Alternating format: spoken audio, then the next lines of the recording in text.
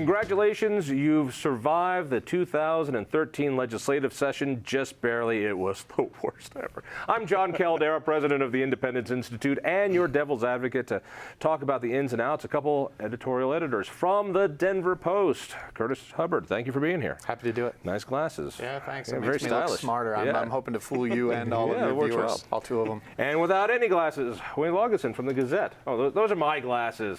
Hello, thank you. Thank you for having me. You put those on, you got to stretch them all out. Oh, now you look like grandma. That's another fat joke. Let's get to it.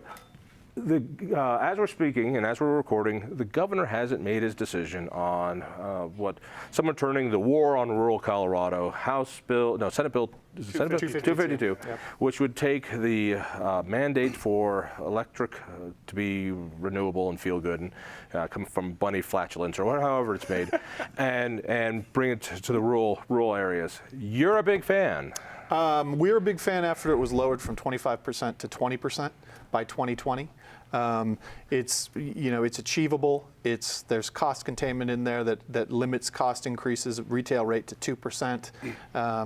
The tri-state that's an illusion. You realize that. As a guy who's been through it. The difference is there's no motivation for tri-state to manipulate the books. They sell to co-ops. They're not in it for profit. So for them, 2% is 2%. And they've been pushing to build coal-fired power plants in Kansas to increase coal, with all of the new studies talking about increased CO2 in the atmosphere, record levels. Colorado being one of the top 10 states for CO2 emissions, it makes sense. It makes sense. We don't feel that way about it. We, in fact, have called on the governor more than once to veto this bill and hope that he does just that. Why? It's $2 billion out of the Colorado economy to be put into solar, gadgetry, windmills, all sorts of sustainables that will come into play as soon as they are economically viable. And they're not now. That's why they haven't been pursued without this mandate. And I'm honestly agnostic on this stuff. I let them use whatever energy in their portfolio they wish. The market will bear, and if windmills do it, terrific. And you get free birds for dinner when you do that. So there's nothing wrong with that. What I'm concerned about is the corporate welfare that comes along with these bills. If instead of Vestas and Abound Solar, it was instead BP and Halliburton, I think people would be screaming these type of interference in the marketplace shouldn't be done at the Capitol. Let the market provide it. Well, there's got to be some public investment in any industry, any growing industry. We've seen that over time, and you've got to scale it back. And I think you've seen in the wind industry, the production tax credit for wind, as opposed to being a 12-year extension, is just a couple of year extension this time around. And it's Washington saying to that industry, you're going to have to stand on your own 2 feet sooner rather than later. When I was a kid when Jimmy Carter came here and opened up NRAL and we started the credits for solar. At some point, let it be a market test and stop increasing electric costs and energy costs here. We have a larger demand. I'm curious about the governor's decision-making process here. Usually a politician will decide and say, I'm going to veto it, I'm not going to veto it. He's doing something a little different. He's weighing options. I think this is just going to make one side or the other a lot more angry when he makes a call. Sure, I think it's going to radicalize him, at least the way he's viewed in Colorado. It will put him in company with radical environmentalists, the kind of people who've been heckling him the entire time he's been in office. If he vetoes it. No. Those people, if he doesn't veto it, if he signs it, he will be in company with that radical element. The same people who heckle him every time he gets up to talk because he won't shut down oil and gas exploration in Colorado. So why? It'll be an urban-rural thing, too. Urban-rural thing.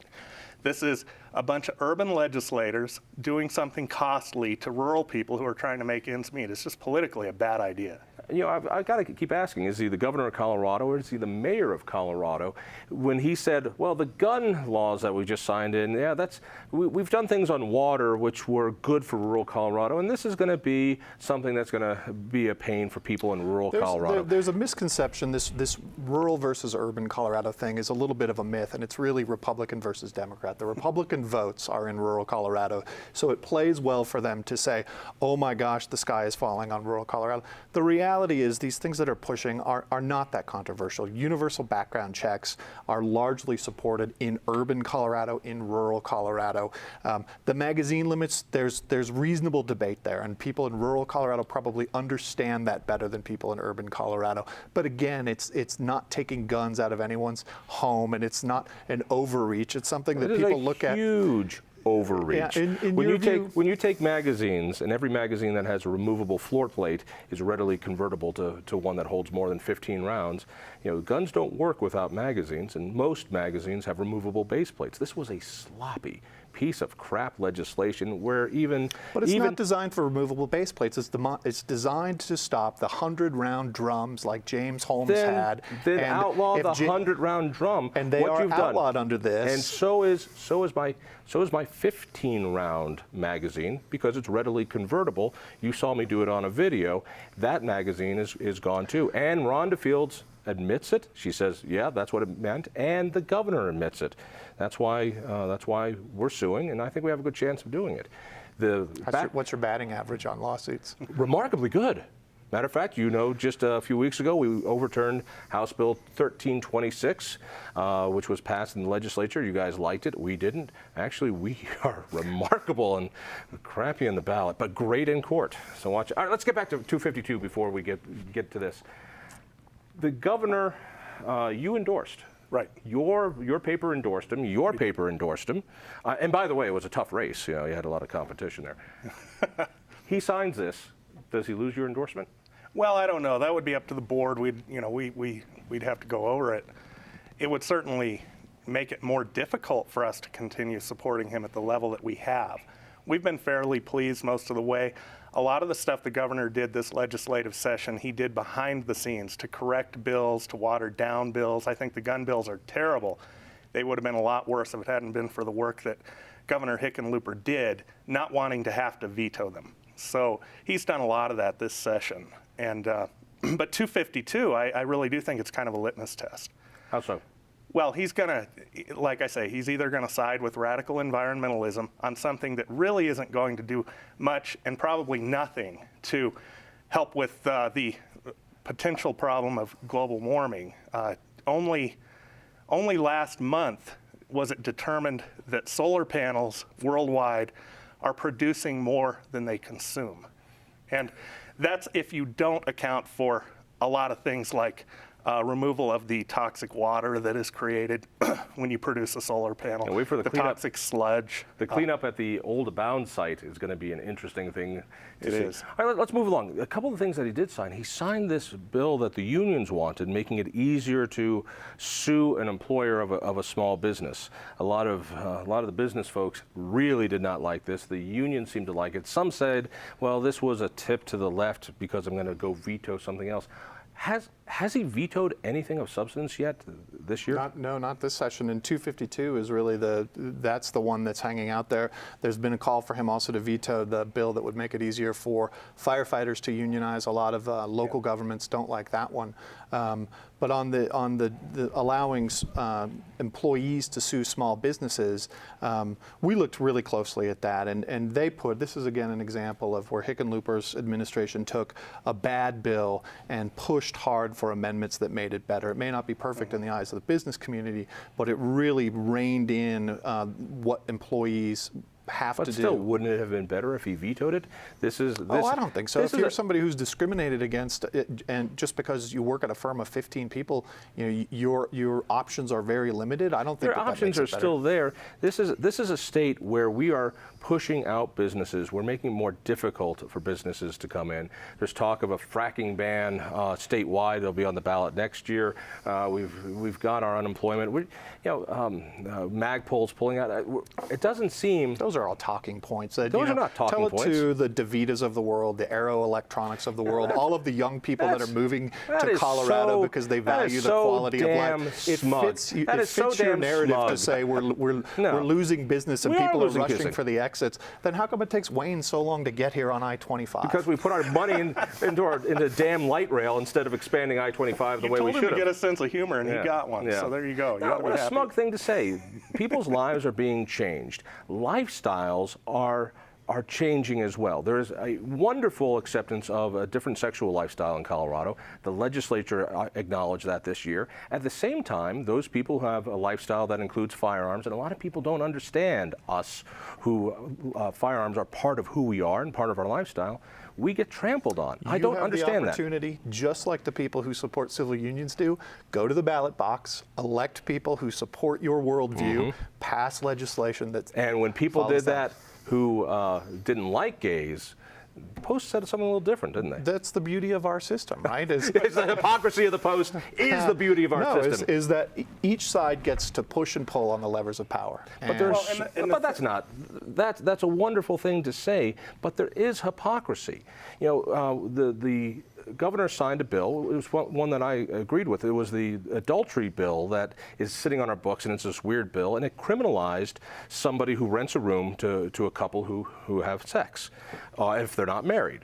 And it's the innkeeper's fault. In the same way now, the guy who sells a gun, or if I bring my daughter and I teach her how to shoot and I hand her my gun with a magazine that could be converted to something that holds more than 20 rounds, now we're both criminalized. I see a hypocrisy. No, we both commit these same. But you're looking for hypocrisy. You pull out all of these, the most convoluted, never going to happen. I'm not going to take my daughter shooting? I could say, well, I'm not going to take my daughter shooting? I'm going to take your daughter shooting. Are the authorities going to be there to check your weapon, and are they looking so it's okay to break the law? Let me ask you this.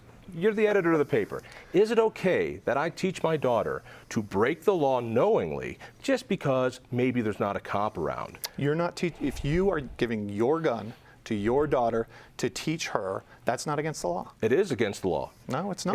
She doesn't have to go through a background check. If it's less than 3 days, you can read the bill. Listen carefully. According to law, if I don't keep continuous possession of my magazine, which can be converted to hold more than 15 rounds, it is a Class 2 misdemeanor. Why don't you take a gun out that doesn't have a magazine? You're teaching her, after all. Does she need to learn how to fire 15 How do you fire? rounds? Do you take understand? A pistol. Take do you even know? My God, rifle. you are as stupid as Diana to get on this. A pistol requires a magazine. Almost every magazine has a removable base plate. Every magazine that has Does a bolt-action rifle have a removable base plate? No, and I don't have one of those. What? So in other words, you want to take away my choice. Friend. All right. So listen to the hypocrisy and the intolerance. You don't know the shooting lifestyle. You don't know the gun lifestyle, but you're willing to tell me that I can't teach my daughter how to shoot my pistol. I didn't say anything to that sort. You can teach her. Or break the law. I'm not encouraging you to break the law. You can figure out ways to obey the law and teach your daughter to shoot. Tell me how. That's up to you. I can figure out ways to obey the law and teach my daughter to drive. So, yes, but that's because your car is legal. Because I'm a responsible citizen. How do you teach somebody, if my gun requires a magazine, that magazine is readily convertible, because almost all magazines are, how am I going to teach her how to shoot that gun? You teach her to shoot one that is legal. You'll have to teach her to use a revolver. All right, weigh in on this apparently. Yeah, apparently I will not be able to teach her to shoot anything that's a semi-automatic. Well, right, and I actually magazine. took a defensive handgun course once where it was not the instructor wouldn't allow revolvers because it was too slow to reload. So, and in that class he also taught us not to use large magazines because statistically you're not as accurate using a 15 or more round magazine. If you use 10 or fewer and learn to reload very quickly, you're going to be a much more accurate shot. I got a buddy That's the funny thing about this. One of our so plaintiffs. Hang on. Take it from one of our many plaintiffs in this lawsuit are handicapped shooters who can't reload because one of them they can't do it. Yeah, maybe the left arm doesn't work. But what bothers me about this, Curtis, is that there are people who don't understand the lifestyle, who don't understand even how to shoot.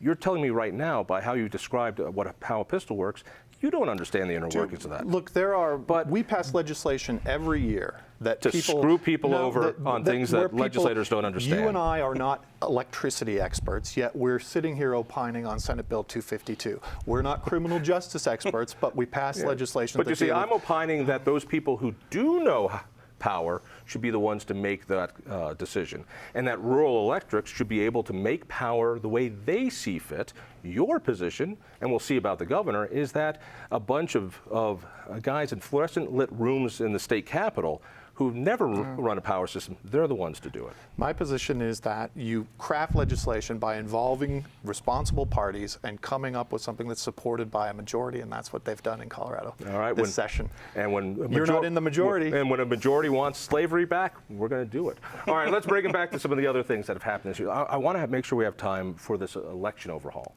I think if there was one game-changing bit of legislation, it was House Bill 1303. Do I have that one right? This is the same-day registration and all vote mail-in ballots. Big fan? Not a big fan. Though it's not that's not the kind of thing that Republicans or conservatives can easily battle against. But it's gone on forever. The left well understands that the easier it is, the less obstruction there is to getting people to register, the more people will vote Democratic. So, that's what this is. It's just an effort to remove additional barriers that keep, sort of the common man from the polls. Because it's so very difficult to vote in this state. No, it's pretty easy, but the easier you make it, the more people who will show up. Remember all the pundits who were saying, Barack Obama may be leading in the polls, but he's going to lose this election. Michael Barone said that. Who else? Dick Morris said that. A bunch of leading pundits said that. Because in 2008, these people who voted who they were non-traditional voters, they were outliers. They were an aberration. They're not going to do it again. That was a one-time thing. Well, that's obviously not true. And so once you get someone, in the habit of going to the polls, it looks like they continue to do so. We have 10 counties in the state of Colorado that have more registered voters than eligible voters.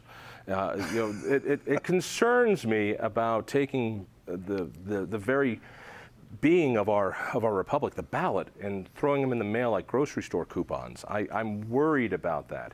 And to combine that with same-day registration, I don't know what the benefit is of same-day registration. Down in the Springs, weren't there some guy who was caught registering 5 different times? Yeah, there was a controversy because they had like time to catch him. That's right. And so, there are all sorts of downsides to it. The upside is we want to involve more people in the process. Republicans are never going to win with a message that says we should have fewer people voting. Even if it benefits them, they can't go out with that message. What Republicans need to learn to do is reach those voters, and that's what they do very poorly. Oh God, we're so screwed. Yeah, if you can't find a way to reach those voters, the non-traditional voters, and tell them, it's just like the Hispanic problem that Republicans have. They actually could be very attractive to a majority of Hispanic voters. Ronald Reagan knew that. George W. Bush knew that. Got the percentage of support up to 44% the last time he was elected. Reagan had 40%, so the trajectory was up. Now the trajectory has, it's way down. That crashed. But isn't there a larger propensity for fraud given same-day registration and mail-in ballots? Sure. I agree with you. Republicans need to learn how to go out and get people to vote for them at the end of the day. Right. But here's I don't see how the same-day registration. The concern I have is the ID requirement, and I just don't think that you should be able to go to vote on election day and show a power bill and be given a ballot that is a regular ballot and not even a provisional ballot. I understand that there are shut-ins who are 89 years old and have quit driving and may not have an ID, but I think that there should be more emphasis placed on IDs at the ballot.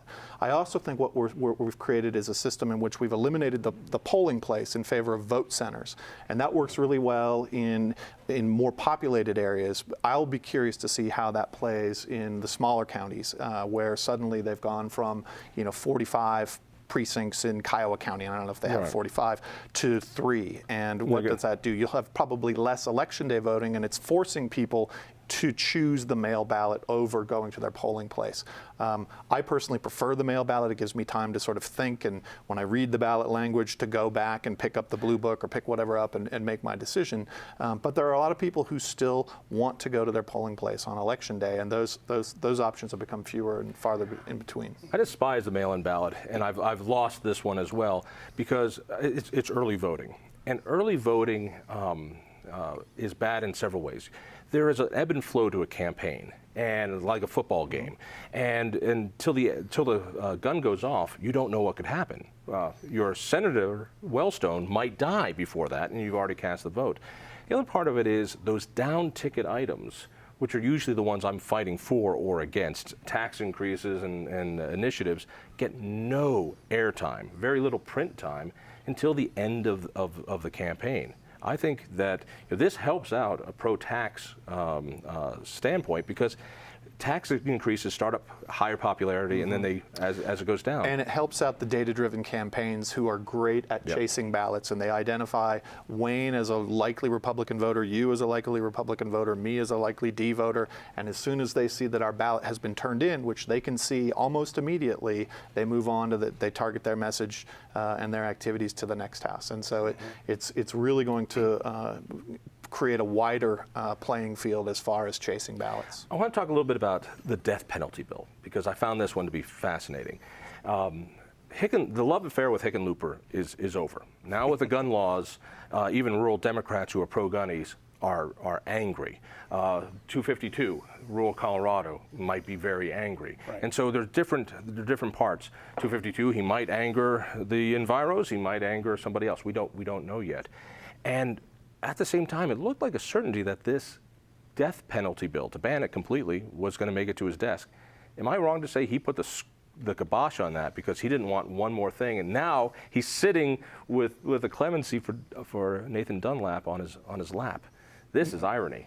Yeah, I think it was just a fight he didn't really want to have. I don't think he wanted to I don't think deal he with wanted that to, bill, and, I don't think and he wanted certainly to look, got involved. I don't think he wanted to look that liberal, signing civil unions, Right. gun control bills, Repeal union the bill. A whole bunch Yeah. of social issues coming across his desk, and we had all the House and Senate leadership in, and we had Governor Hickenlooper in right before the session, and everyone said that the issue was going to be the economy and jobs, with acknowledgement that we would very quickly pass same-sex civil unions. But everything else was going to be about the economy and jobs. And anyone who said that ought to be a little bit embarrassed by this session. I realize that the Aurora Sentinel just came out with an editorial saying the opposite. They think it's the greatest session that ever occurred and that it is a jobs-creating session. I don't see how anyone Government can spin it jobs that way. creating. Maybe Curtis can. I don't know. But I don't see it. And I think, I just think another social issue on his desk was just a huge embarrassment. I remember when Owens was governor. I think John Andrews was Senate president, and the liberals were screaming about all these social bills that were coming out. Prayer and 10 Commandments in school. Here's how things on the change. death penalty bill, the one big difference in that issue between some of the others that were passed is there's not large public support for repeal of the death penalty, and I think that was one of the real dangers for, you can make the case for that there's public support for civil unions, there's public support for in-state tuition for children of illegal immigrants, there's wide support for a lot of the gun control things. There's not a big hue and cry for repeal of the death penalty, and that would have been sort of opening themselves up to criticism of really sort of forcing their views on the rest of Colorado. Just like House Bill 252, the governor is doing this, I don't know, on clemency.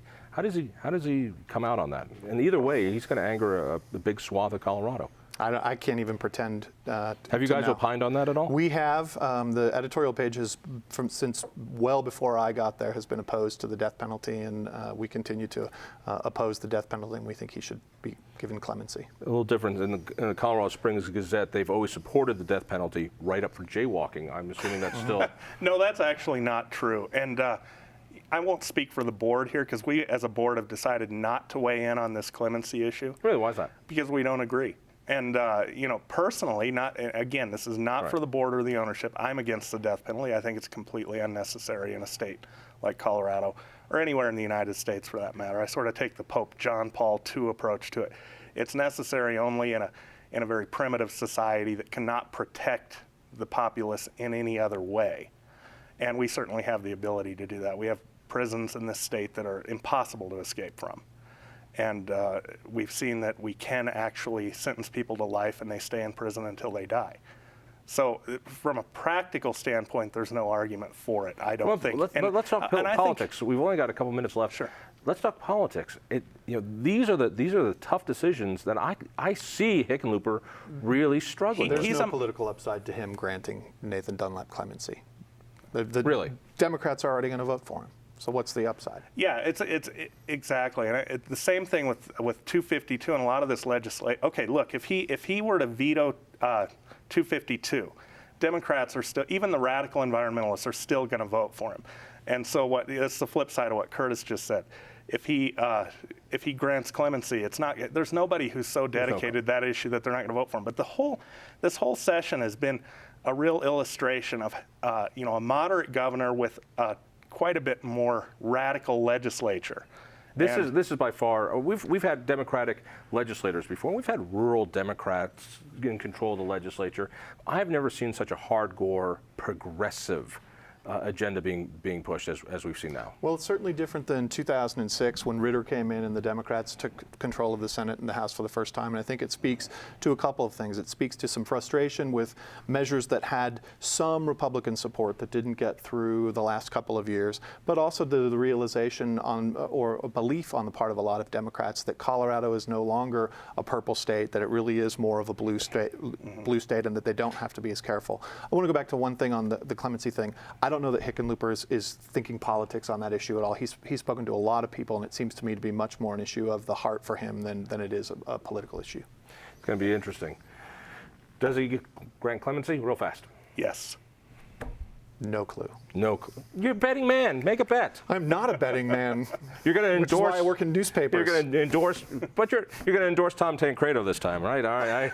I can see that. Sure. Thank you, Wayne. Thank you, Curtis.